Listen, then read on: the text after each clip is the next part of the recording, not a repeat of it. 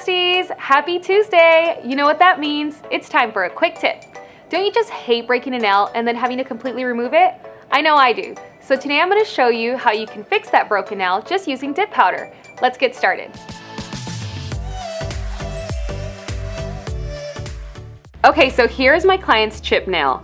As you can see, the damage isn't too bad, so I'm able to repair it without compromising the structure and the strength of the nail. I'm going to start by removing the color from the nail just as if I were doing a fill.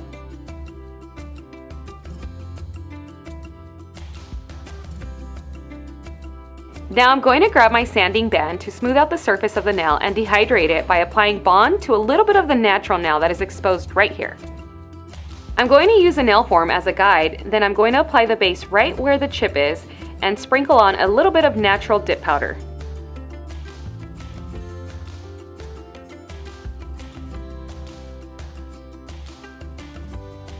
I'm going to repeat that step and apply one more coat of base on that chip, then sprinkle a little bit more natural. Since I haven't applied my Seal Protect, I'm still able to move the powder, so I'm using my cuticle pusher.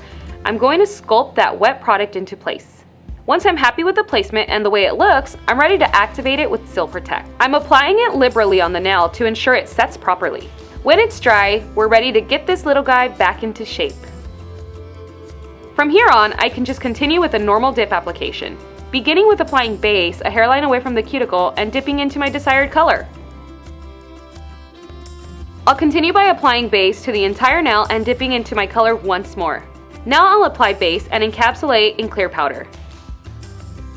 I'm going to seal everything by applying Seal Protect all over the nail. Wait for it to dry and do a happy dance while you wait because you no longer have a broken nail. So all we have to do now is just file and shape that nail. I'm applying Seal Protect once more and wiping it off with a lip-free wipe.